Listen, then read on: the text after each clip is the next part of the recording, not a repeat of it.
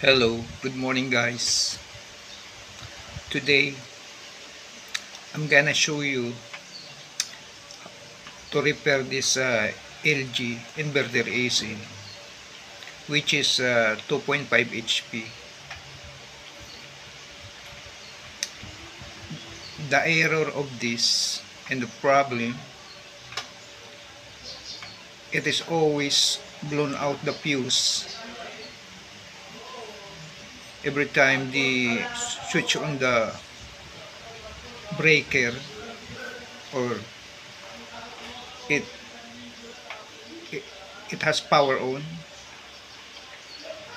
Now we're going to see what's the problem of this. Okay guys, let's get it on.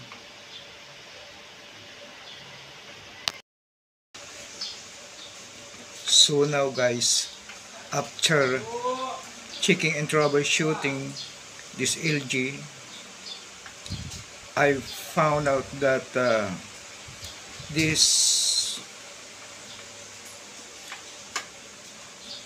indoor fan motor is defective, which I opened the indoor fan motor, the IC inside, IPM of this, because this is a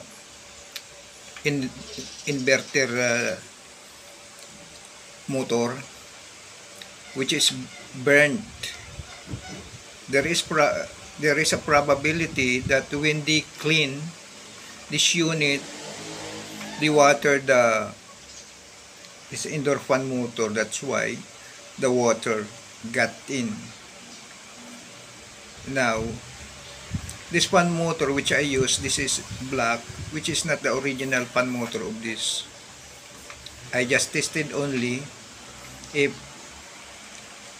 this is really the problem. See, now it's going to work. When I tested, then I'm gonna show you this right away.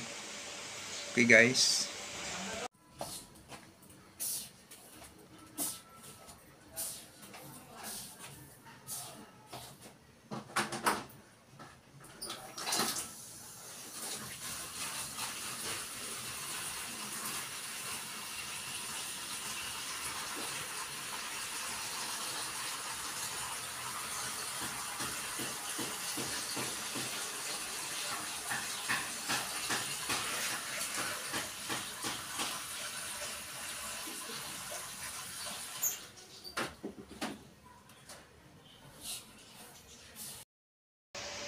so here it is guys, the defective fan motor, the indoor fan motor that I will show you right now.